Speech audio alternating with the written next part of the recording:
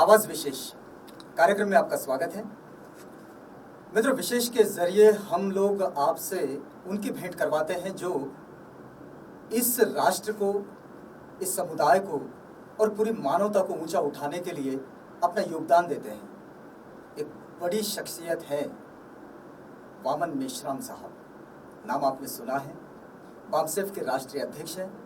भारत मुक्ति मोर्चा, विद्यार्थी मोर्चा, ये सारे संगठन और मूल निवासी संघ, इसके आप फाउंडर हैं और भारत में एक मानवतावादी संस्कृति के निर्माण में जिन्होंने अपने आप को एक राष्ट्रीय कन्वीनर के रूप में रख छोड़ा है, ऐसे एक समर्पित कार्यकर्ता से नहीं, एक समर्पित नेता से नहीं, एक समर्पित मार्गदर्शक से इस वक्त हम आपकी भेंट करवा रहे हैं। वामन मेश्राम साहब, जय भीम। कार्यक्रम में आपका बहुत स्वागत है। मेश्राम साहब, बात यहीं से शुरू करते हैं कि चुनाव का परिप्रेक्ष्य है और आम चुनाव होने वाले हैं और अमूमन हमारे देश में हम लोग देखते हैं कि सांप्रदायिकता का मुद्दा चुनावों में बहुत आयत से उछाला जाता है। अब इसे हम चुनाव के परिप्रेक्ष्य में, और आतंकवाद इस मुद्दे से बहुत ज़्यादा जुड़ता है, तो चुनाव, संसदीय लोकतंत्र और ये आतंकवाद, इन सब चीज़ों को एक दूसरे से जोड़कर समझना कैसे चाहिए? जैसे आतंकवाद की आजकल चर्चा हो रही है जी देश में, तो जो मेरा रिसर्च वर्क है उसके अनुसार देश में ब्राह्मण लोग आतंकवाद की घटनाओं को अंजाम दे रहे हैं। अच्छा, इसको कैसा स्पष्ट करेंगे?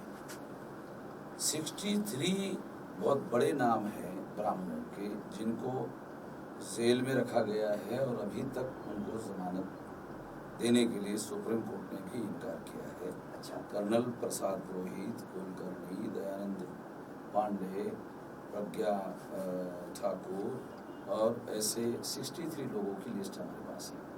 अच्छा, असी चटर्जी जो असीमानंद नाम का जी ब्राह्मण है, बंगाली ब्राह्मण जी, उसने कोर्ट में ये कन्फेस किया कि 21 जगह बम ब्लास्ट मैंने किया। समझौता एक्सप्रेस, अमृतसर, बॉम्बे, ये तो उनकी अपनी स्वीकारोक्ति है। हाँ जी, वो कन्फेस किया।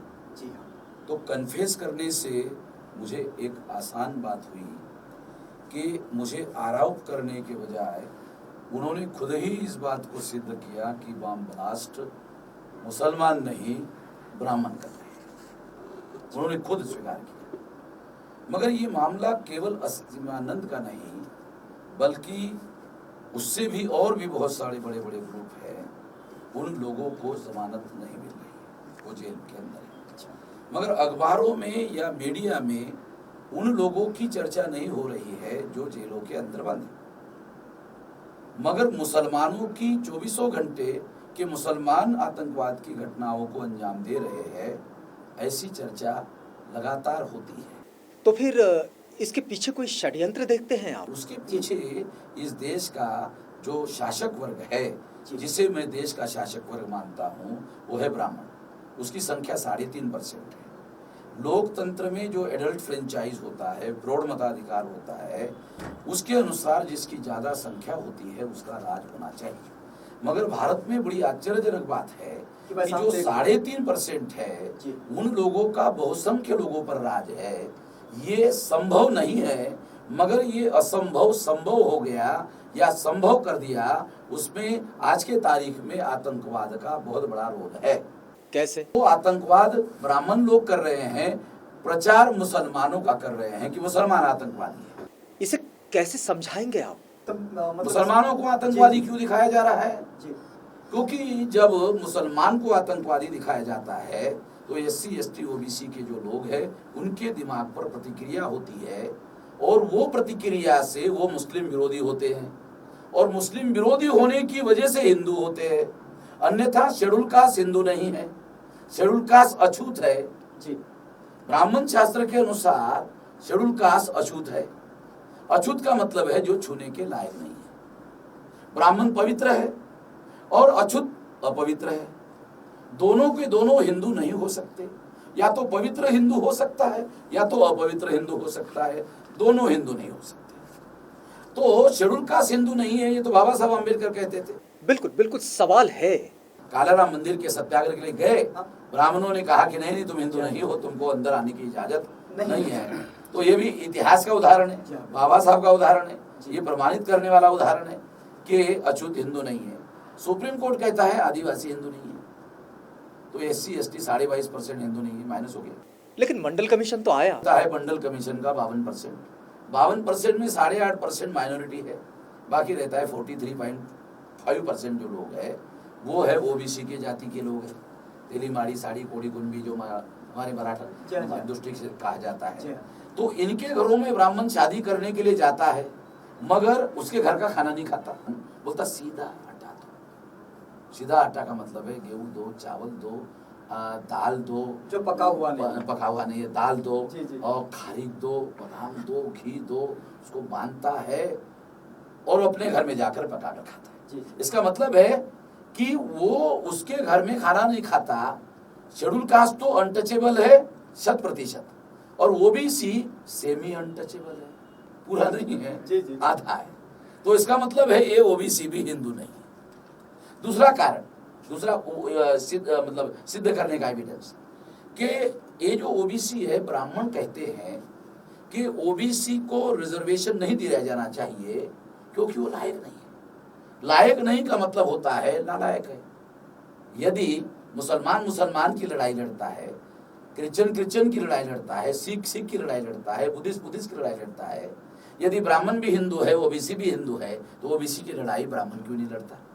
अगर नहीं लड़ता है तो OBC भी हिंदू और ब्राह्मण भी हिंदू, ये कहना गलत है। इसलिए मैं कहता हूं कि OBC भी हिंदू नहीं है। वर्ण व्यवस्था में शूद्र है, शूद्र अधिकार वंचित होते हैं, अधिकार वंचित गुलाम होते हैं, और गुलामों का और गुलाम बनाने वालों का एक धर्म नहीं हो सकता। आखिरी उदाहरण, मंडल कमीशन का मामला आया तो ब्राह्मणों ने मंडल कमीशन के विरोध में 91 वकीलों ने सुप्रीम कोर्ट में OBC के विरोध में लड़ाई लड़ी, और उनको अधिकार नहीं मिलना चाहिए, इसके लिए उन्होंने उसके विरोध में 16 नवंबर 92 को ऑर्डर लाया। बिल्कुल मंडल की कमंडल से लड़ाई जो वो हमने देखी नहीं, ये गलत बात है। मैं तो जो कह रहा हूँ वो बहुत इंपॉर्टेंट बात है। सुप्रीम कोर्ट ने जो 16 नवंबर को डिसीजन दिया, उसमें 4 बड़े निर्णय हैं। पहला निर्णय है 52% OBC को 52% आरक्षण नहीं मिलेगा, पहला निर्णय विरोध में। दूसरा निर्णय है 52 को 27% मिलेगा, मगर वो भी क्रीमी लेयर लगाकर मिलेगा। क्रीमी लेयर का मतलब है कि जिसका 1 लाख रुपए से ऊपर इनकम होगा, जिसका बेटा बैकवर्ड का महाविद्यालय में पढ़ रहा होगा, वो आरक्षण लेने लायक होगा। तो सुप्रीम कोर्ट ने कहा उसको आरक्षण नहीं मिलेगा, वो क्रीमी लेयर में आता है। और जिस बैकवर्ड का बेटा जिसका इनकम 1000, 2000, 3000 है, जो महाविद्यालय में नहीं पढ़ रहा है, सुप्रीम कोर्ट ने कहा उसको आरक्षण मिलेगा, जो पढ़ ही नहीं रहा है। इसका मतलब है गन्ने का रस चूस लिया और छिलका OBC के मुंह पर फेंक के मारा, कहा कि आपको आरक्षण हमने दे दिया है। ये दूसरा निर्णय भी विरोध में है। तीसरा निर्णय कि रिजर्वेशन OBC को मिलेगा, रिजर्वेशन इन प्रमोशन नहीं मिलेगा, ये तीसरा भी विरोध में है।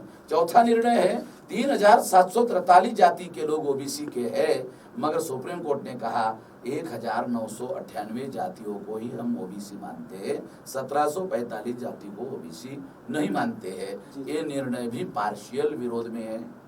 ये 4 निर्णय मंडल कमीशन के OBC के विरोध में है।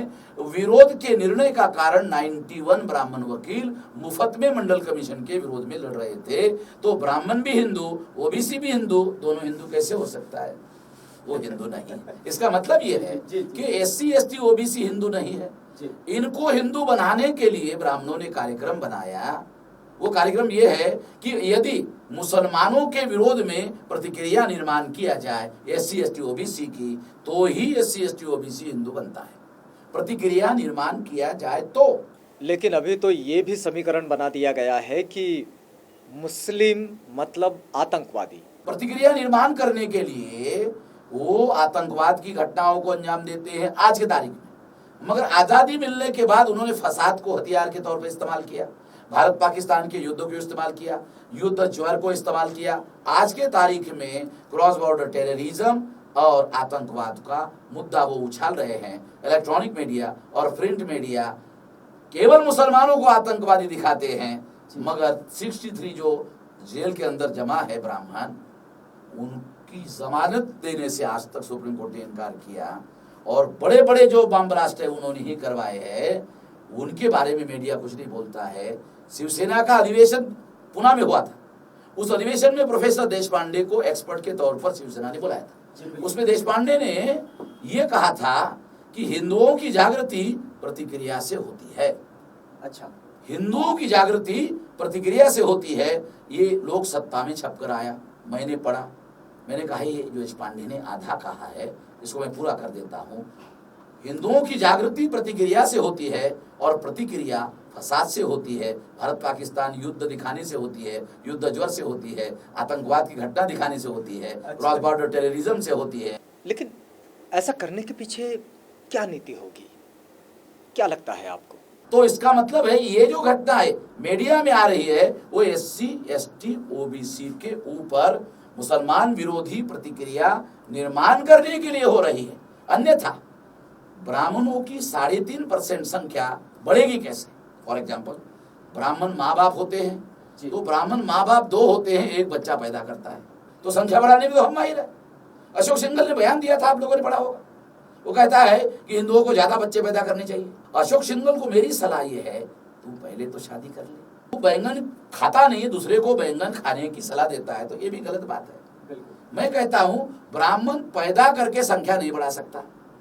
दूसरी बात, ब्राह्मण धर्म के अंदर आप प्रचार करके किसी को हिंदू नहीं बना सकते। आ जाओ भाई शेड्यूल कास्ट, तुमको मासूम बताएंगे, तुमको नीच बनाएंगे, तुमको मंदिर में नहीं आने देंगे, जरा आ जाओ हिंदू बनो तो कोई बनेगा।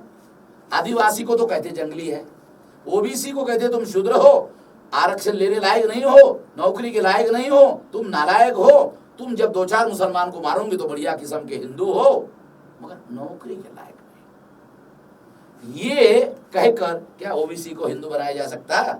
नहीं बनाया जा सकता। इसका मतलब है हिंदू बनाने का पैदा करके ब्राह्मणों को जरिया नहीं है। मुसलमान मसावात को मानता है, प्रचार करके मुसलमान बना सकता है गैर मुसलमानों को। बुद्धिस्ट गैर बुद्धिस्ट को बुद्धिस्ट बना सकता है, क्योंकि वो मसावात और इक्वालिटी को मानता है। क्रिश्चियनिटी भी मानता है, सिखिज्म भी मानता है, जैनिज्म भी मानता है।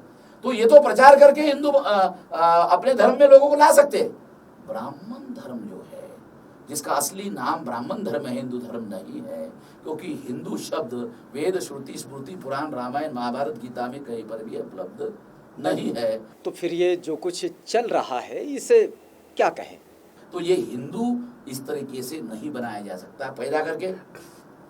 दूसरा, प्रचार करके।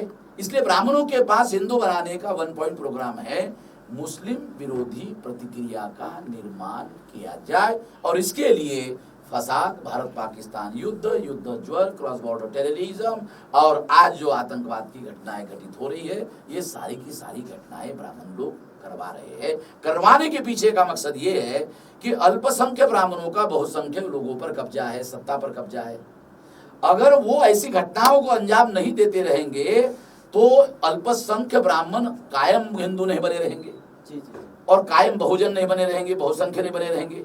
बहुसंख्य नहीं बने रहेंगे तो राजसत्ता पर कब्जा उनको करना संभव नहीं होगा। सारे सत्ता पर कब्जा होने के बावजूद भी, सारे सत्ता पर कब्जा होने के बावजूद भी वो फसाद क्यों करवा रहे हैं? तो उसका कारण ये है। नहीं, मुझे एक बात बताइए कि इन सब चीजों का भारत के लोकतंत्र पर क्या प्रभाव पड़ रहा है?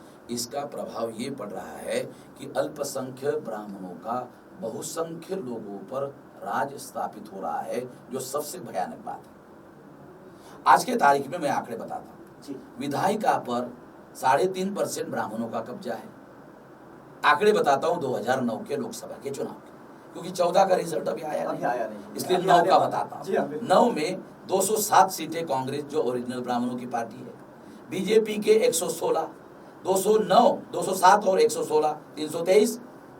फिर 24 कम्युनिस्ट पार्टी के, कम्युनिस्ट पार्टी भी ब्राह्मणों की, श्रीपाद अमरू टांगे, नंबूद्रीपाद, ये ब्राह्मणों ने बनाई हुई पार्टियां, ये भी ब्राह्मणों की पार्टी, इसकी 24, 323 और 24 347। 19 ममता बनर्जी 366, आउट ऑफ 543 366 सीटों पर ब्राह्मणों का कब्जा है। 2/3 मेजोरिटी में 362 होता है, मगर उनके पास 366 है, 4 सीटें ज्यादा है। पार्लियामेंट में कोई भी कानून पास करने के लिए 2/3 मेजोरिटी चाहिए, उसके लिए 362 चाहिए, मगर उनके पास 366 है, 4 सीटें ज़्यादा है। इसका मतलब है आज 3.5% ब्राह्मणों का विधायिका पर कब्जा है। कार्यपालिका 79.2% IAS, IPS, IRS अधिकारी ब्राह्मण और तत्समूचे जाति के हैं। न्यायपालिका में 18 जज SC ST OBC माइनॉरिटी के हैं। 582 जज जो है ब्राह्मण और तत्समूचे जाति के हैं। मीडिया 4 प्रकार का है। इलेक्ट्रॉनिक मीडिया में ब्राह्मण बनिया का कब्जा, प्रिंट मीडिया में ब्राह्मण बनी का कब्जा, ट्रेडिशनल मीडिया मोरारी बापू, आसाराम बापू, डोंगरे महाराज, ओझा महाराज, पाजा महाराज, राजा महाराज, एनीदर महाराज, बचा खुचा महाराज, ये ब्राह्मणवाद के प्रचारक है। ये मीडिया कर्मी है, इसका नाम मैंने रखा, ये मीडिया कर्मी है। तो फिर इसे परिभाषित कैसे करें? ये ब्राह्मणवाद के प्रचारक है। और चौथा मीडिया है वोकल मीडिया, जैसे मैं बोल रहा हूँ, वो भी बोलते हैं। ब्राह्मण इस देश में 4,500 बोली भाषा बोली जाती है। मैं यवतमाल का रहने वाला हूँ। हमारे यवतमाल में वराड़ी बोली जाती है। वराड़ी को शासन में मान्यता नहीं है। ऐसी 4,500 बोली भाषा इधर पे बोली जाती है जिसकी स्क्रिप्ट नहीं है। ब्राह्मण ग्रंथ भाषा बोलता है, ग्रंथ भाषा ही लिखता है, उसको मान्यता है। तो होकल मीडिया पर भी उनका ही कब्जा है। ये चारों मीडिया पर उनका कब्जा है। लोकतंत्र 4 पिलर पर खड़ा है। विधायिका, कार्यपालिका, न्यायपालिका, मीडिया, चारों पिलर पर अगर ब्राह्मण का कब्जा है तो 3.5% ब्राह्मण का कब्जा है। लोकतंत्र में अल्पसंख्यक लोगों का बहुसंख्यक लोगों पर कब्जा।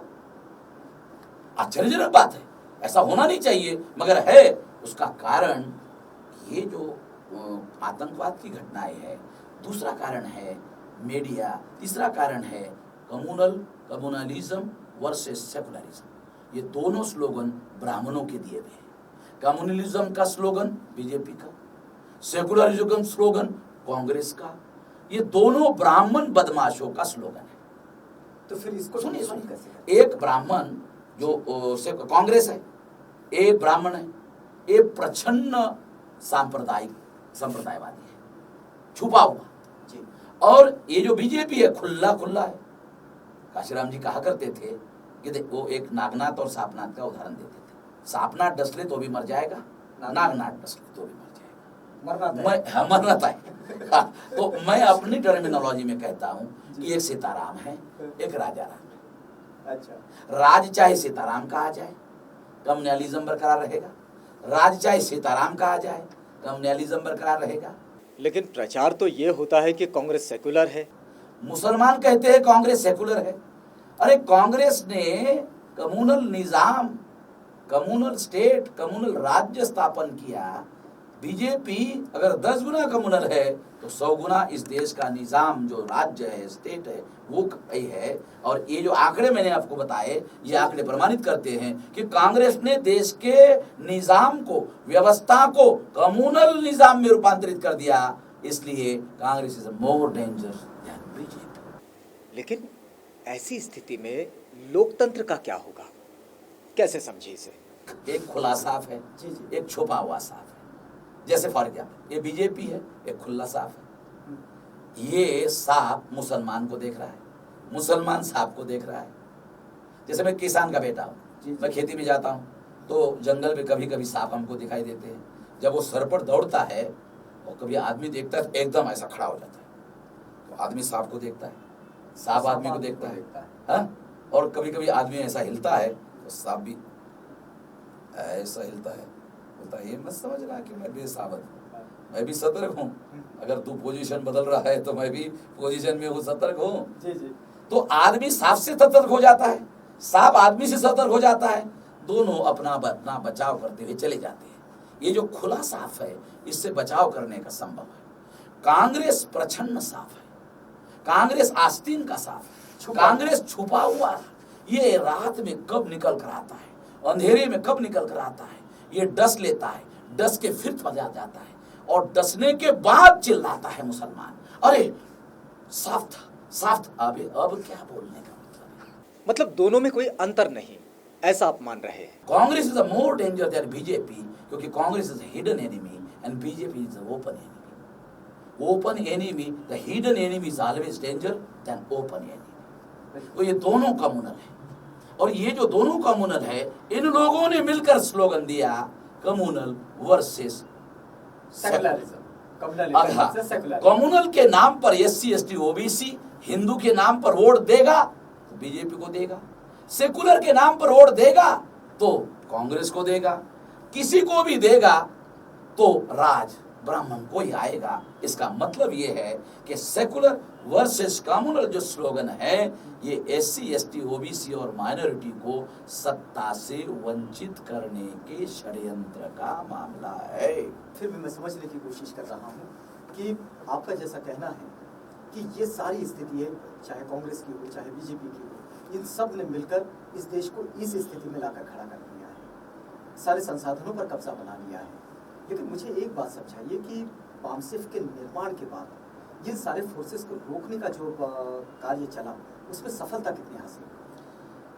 काशीराम जी ने जब बहुजन समाज पार्टी बनाई थी उस समय 13 स्टेट में 140 जिलों में बामसेफ संगठन था। आज 29-30 स्टेट में बामसेफ 535 जिलों में 4000 तहसीलों में और लगभग 10,000 ब्लॉक्स में 2 लाख गांव के करीब करीब हम पहुंच गए और मई एंड तक 4 लाख गांव तक पहुंच जाएंगे। तो मैं ये बात कहने की स्थिति में मई एंड तक हो जाऊंगा कि इन लोगों का बंदोबस्त अगर कोई करने लायक होगा इस देश में तो हमारे अलावा कोई नहीं होगा। क्यों? क्योंकि बीजेपी कांग्रेस का विरोध नहीं कर सकती, कांग्रेस बीजेपी का विरोध नहीं कर सकती। एक ब्राह्मण का विरोध अगर करेंगे भी तो ये सत्ता स्पर्धा के लिए होगा, ये व्यवस्था परिवर्तन के लिए नहीं होगा। क्योंकि सीताराम की जगह राजाराम आ गया, राजाराम के सीधा सीताराम आ गया तो व्यवस्था का हेड तो ब्राह्मण ही होगा। इसलिए व्यवस्था में परिवर्तन नहीं होगा उस लड़ाई में। इसलिए व्यवस्था में अगर परिवर्तन होगा तो वो परिवर्तन तब होगा जब एक जालिम हो और उसके विरोध में मजलूम हो। लड़ाई जालिमों और मजलूमों के बीच में हो। SC ST OBC माइनॉरिटी इस देश में मजलूम है तो इस देश में मजलूम ही व्यवस्था परिवर्तन कर सकता है। इसलिए कल व्यवस्था परिवर्तन का वाहक हमारे अलावा कोई नहीं हो सकता। लेकिन साहब इस व्यवस्था परिवर्तन में BSP भी तो है। बहुजन समाज पार्टी थी, अब वो ब्राह्मण समाज पार्टी हो गई है। इसलिए हमको दुख के साथ कहना पड़ रहा है कि अब हमको ये विकल्प इसलिए खड़ा करना पड़ रहा है। जब काशीराम जी ने बहुजन समाज पार्टी बनाई थी तो RPI के लोग कहते थे काशीराम जी को कि अंबेडकर का आंदोलन खत्म करने के लिए ये काशीराम जी ने बनाया। तो काशीराम जी उस समय जवाब देते थे कि यदि आप लोगों ने बाबा साहब का कारवां आगे बढ़ाया होता तो हमको बहुजन समाज पार्टी बनाने की जरूरत नहीं होती।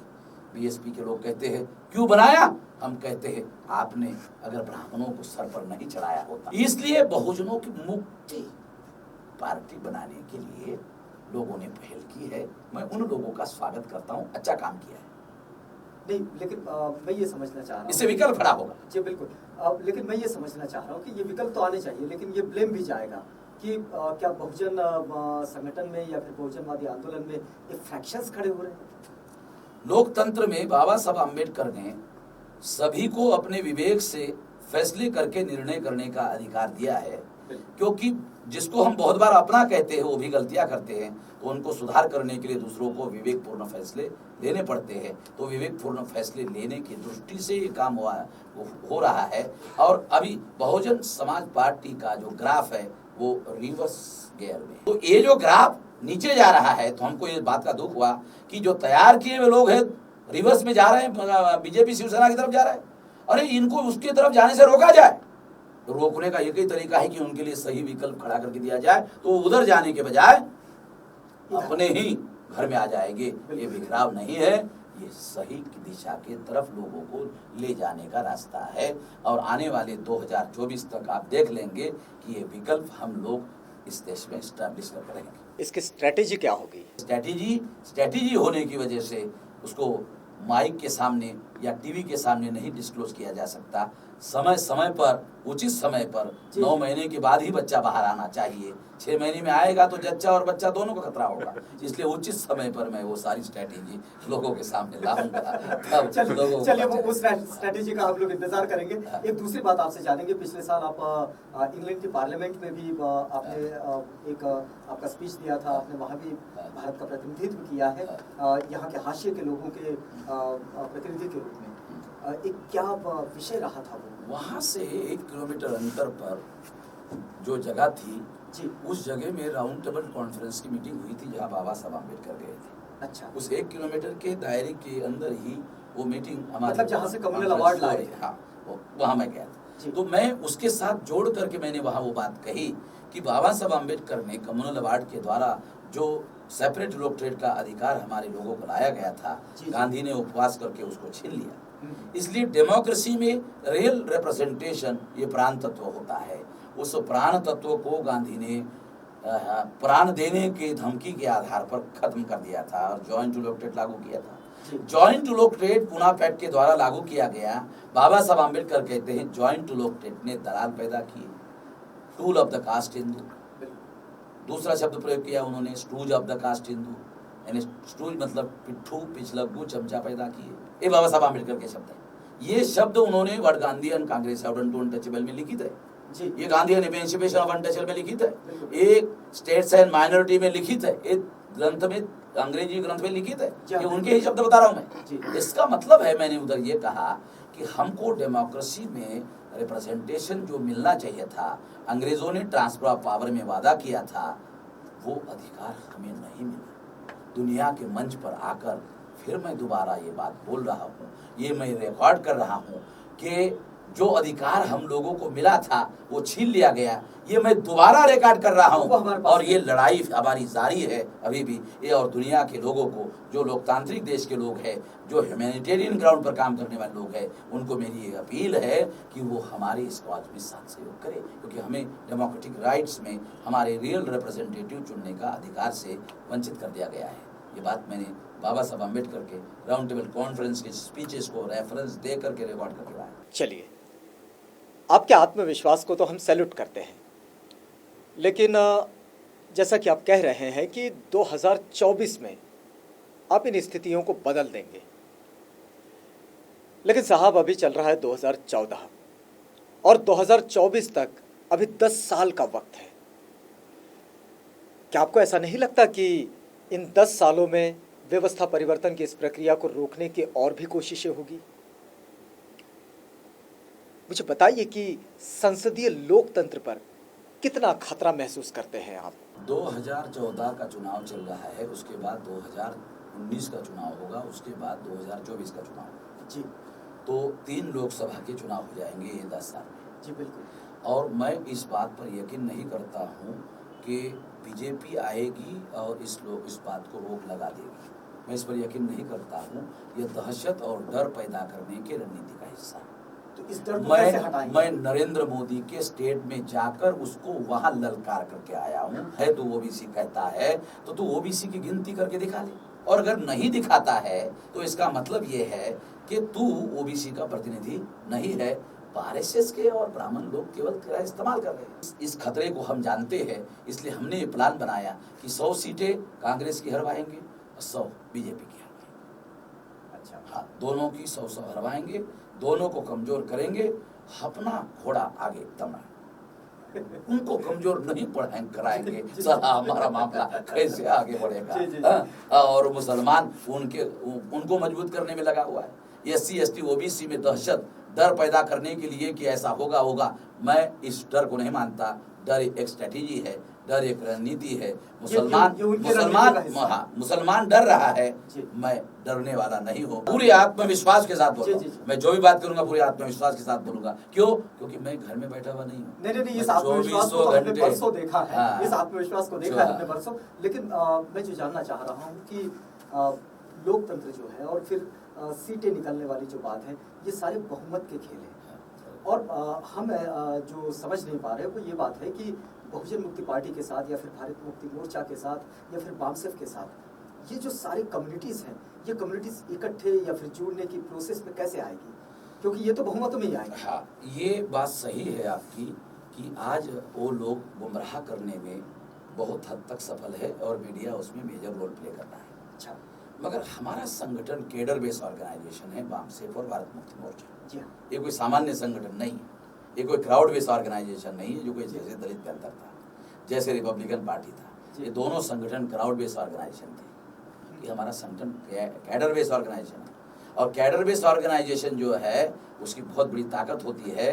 अडवाणी को पूछ लेना, अटल बिहारी को पूछ लेना कि आरएसएस की संख्या कम होकर भी उससे डरते क्यों?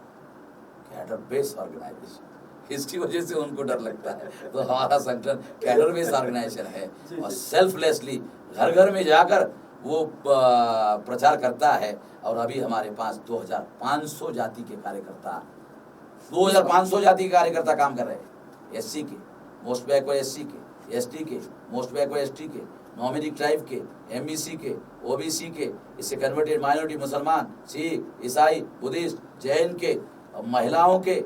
हमारे पास 500 महिलाएं जो है घर के बाहर निकल कर प्रचार करने वाली महिलाएं हैं। ये तो शायद बुद्धा के भिक्षु संघ में ही पहले होता था, इसके बाद पहली बार ये हो रहा है। क्या ये ताकत इन चुनावों को प्रभावित कर पाएगी? इस चुनाव में हमारी योजना के अनुसार जो 400-450 जिले में ये लोग लड़ रहे हैं, तो इसमें 4.5 लाख गांवों तक, 1000 गांव का एक चुनाव क्षेत्र एवरेज है, 4.5 लाख गांव तक हमारा मैसेज 13 मई तक पहुंच जाएगा। ज्यादा नहीं, 13 मई तक पहुंच जाएगा। अब अंदाजा लगाओ, एक गांव में एक नया कार्यकर्ता जोड़ लिया, 4.5 लाख नए कार्यकर्ता जुड़ जाएंगे। अगर 2 हो गया तो 9 हो जाएंगे, अगर 4 हो गया तो 18 लाख हो जाएंगे। आप कल्पना करिए कि 18 लाख कार्यकर्ता जब इस समय जुड़ जाएंगे तो इस 18 लाख का 2024 तक क्या असर पड़ेगा। लेकिन एक दूसरी बात इससे हम जोड़कर पूछना चाह रहे हैं आपसे कि ये सारी स्थितियां तो बनेगी, लेकिन एक डर फिर लोगों के सामने आता है कि जो नई आर्थिक नीति 1990 के पास 90 के बाद हमारे देश में आई, और ये इस नीति ने देश का जो सामाजिक ताना बाना है या फिर जो आर्थिक ताना बाना है उसे खराब कर दिया है। और इस पर आपने कई बार इस पर बड़ी मजबूत टिप्पणियां की है। तो हम ये जानना चाहेंगे कि अगर मान लीजिए कि ये आंदोलन बढ़ता भी है तो उस ताने बाने को बदला कैसे जाएगा? देखो, सबसे इम्पोर्टेंट चीज़ तो ये है कि वर्तमान लिबरलाइजेशन, प्राइवेटाइजेशन, ग्लोबलाइजेशन के हम लोग भयंकर रूप के विरोधी हैं। एक दूसरी बात, हम लोगों ने बीएमपी के लोगों को कहा कि आप लोगों को अगर थोड़ा भी अवसर मिला तो आपको संसद में इनका संपूर्ण रिव्यू, समीक्षा कि 20 साल में इसका क्या फायदा हुआ, क्या नुकसान हुआ, इसकी संपूर्ण समीक्षा किया जाए और देश के सामने रखा जाए। एक दूसरा मुद्दा हमने रखा है। तीसरा, अगर ये निगेटिव जा रहा है, यदि जा रहा है, हमारा मानना है 83 करोड़ लोगों को भूखमरी और अर्ध भूखमरी के कगार पर इस पॉलिसी ने पहुंचा दिया, इसलिए ये राष्ट्र के हित में नहीं है। और संपत्ति का एकाधिकार और संग्रहण हो रहा है, और ये गैप कब होने के बजाय भयंकर रूप से इतना था, इतना बड़ा हो गया, बहुत भयंकर गैप हो गया है। तो इसलिए ये देश के इंटीग्रिटी के लिए भी खतरा पैदा हो गया है। इसलिए हमारी कोशिश ये है कि इसकी संपूर्ण समीक्षा किया जाए और इसमें संपूर्णतः बदलाव किया जाए। और बदलाव इस तरीके से होना चाहिए कि इसमें बहुसंख्य लोगों का हित सुरक्षित हो। ऐसी पॉलिसियां होनी चाहिए। वो कैसे हो सकती है, मैं आपको एक केवल उदाहरण दूंगा कि हमने बीएमपी के लोगों को आग्रह किया कि हमारी एक मांग आपको स्वीकार करनी होगी। बहुत सारी बातों में एक मांग, बहुत सारी बातें हमने उनको कहा।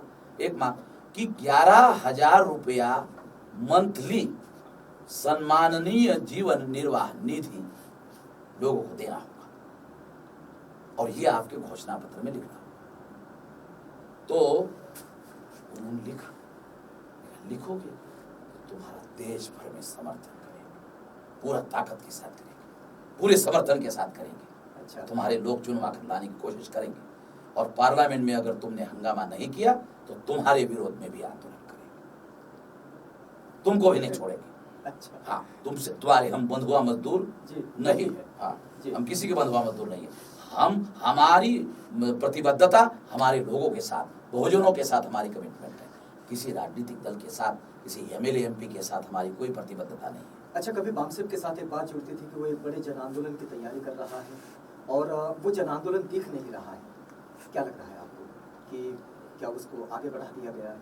हमारे लोगों का आईसाइट खराब है और फोरसाइट तो है ही नहीं, इसलिए आंदोलन जो है, जो चल रहा है, वो उसको दिखाई नहीं दे रहा है। फॉर एग्जाम्पल मैं आपको बता दूं, अगर ये मामला 4.5 लाख गाँवों तक पहुंच जाए ये विचारधारा पहुंच जाए, 4.5 लाख गांवों में 18 लाख नए कार्यकर्ता निर्माण हो जाए, तो ये आंदोलन नहीं है। ये आंदोलन ये इसको आंदोलन नहीं कहेंगे। बिल्कुल, बिल्कुल इससे बेहतर कोई आंदोलन है। बिल्कुल। और अब हमारे लोगों को ये आदत क्या पड़ी, दलित पैंथर ने एक मिसकंसेप्शन डेवलप किया। आंदोलन का मतलब है सड़क पर उतरना, केवल आंदोलन का मतलब सड़क पर उतरना। आंदोलन का एक मतलब ये भी है कि जनमत तैयार करना। जी। आंदोलन का एक मतलब है जनमत तैयार करना। 1927 को बाबा साहब आम्बेडकर ने लोगों को सड़कों पर उतारा। सड़कों पर 27 को उतारा, उसके बाद कितनी बार उतारा? 3-4 बार हम कह सकते हैं। बाबा साहब आम्बेडकर ने जन आंदोलन चलाया, हम लोग ऐसा कहते हैं। 1927 को लोगों को बाबा साहब आम्बेडकर ने 14 तालाब के आंदोलन के दौरान और 3 मार्च 1930 को कालाराम मंदिर में उतारा। उसके बाद उन्होंने लोगों को सड़कों पर कितनी बार उतारा? मेरे इतिहास सीधे नागपुर में ही उतारा। वो नागपुर में कन्वर्शन के लिए उतारा, जी। और उसके पहले पूना पैक्ट के विरोध में उन्होंने एक बार उतारा। जी। ऐसे 4-5 उतारा। तो फिर क्या उन्होंने केवल 4-5 ही काम किए जन आंदोलन? इसका मतलब है उन्होंने एक और काम किया। जन आंदोलन के लिए सबसे इम्पोर्टेंट चीज होता है जनमत, पहले नंबर का। कि बाबा साहब आम्बेडकर ने 14 तालाब के ऊपर सत्याग्रह किया था पानी के लिए, तो क्या बॉम्बे में उनको पानी नहीं मिलता था पीने के लिए? गांधी ने नमक सत्याग्रह किया था, तो क्या गांधी को अहमदाबाद में साबरमती आश्रम में नमक नहीं मिलता था? मिलता था। ये प्रतीक था अन्याय का। पानी वहां प्रतीक था अन्याय का, और नमक अंग्रेजों ने टैक्स लगाया था, वो अन्याय का प्रतीक था। इस अन्याय के प्रतीक के विरोध में उन्होंने आंदोलन किया था। उसके पीछे जनमत बनाकर जन संगठन बनाना, जन आंदोलन बनाने के पहले जरूरी है। ये उन्होंने बहुत सोचकर बनाया था। मैं तो बाबा साहब आम्बेडकर के सोच के अनुसार चलता हूँ। आपने बहुत अच्छी तरह से इस बात को समझा दिया कि जन आंदोलन को देखा कैसे जाए, उस और जनमत होता कैसा है। साहब, मुद्दे तो इतने हैं कि जो आपसे चर्चा करनी है मुझे, लेकिन हमारे पास वक्त अभी जा रहा है। मैं एक अंतिम टिप्पणी आपसे लेना चाहूंगा कि इस मंच के माध्यम से आप क्या कहेंगे? मैं ये कहना चाहता हूँ, वामसिप और भारत मुक्ति मोर्चा की तरफ से चुनाव का मौसम है, वो 5 साल तक लात मारते हैं। आप मतदाताओं को 5 साल में एक बार लात मारने का अवसर मिलता है, तो जरूर लात मारो। लात मारने का मतलब है कि उनके विरोध में अपनी आक्रोश को अभिव्यक्त करो। बिल्कुल बिल्कुल बिल्कुल, साइलेंटली। जी जी जी। इसके लिए कोई हिंसा हथियार लेने की जरूरत नहीं है। बाबा साहब आम्बेडकर ने बेहतरीन तरीके हथियार औजार दिया हुआ है जी, उसका उपयोग करो। मित्रों, बात यहाँ पर आती है कि बाबा साहब ने जो अधिकार दिया है, एक व्यक्ति एक वोट, और एक वोट एक मूल्य, वो चाहे राजा हो या रंक हो, इन सब के पास में एक सा अधिकार है। गरीब हो चाहे अमीर हो, सबके पास एक सा अधिकार है। और अब वो वक्त है, इस वक्त वो मौका है कि हम लोग अपने अधिकारों का बहुत सही इस्तेमाल कर सकते हैं और अपने अधिकारों को स्वयं ही ले सकते हैं। ये बातचीत चल रही थी वामसिप के राष्ट्रीय अध्यक्ष वामन मेश्राम साहब से। मेश्राम साहब, आप हमारे साथ आए, हमसे बातचीत की, इस पूरी बातचीत के लिए आपका बहुत धन्यवाद। मित्रों, बने रहिएगा आवाज इंडिया के साथ, प्रोग्राम आगे भी जारी है।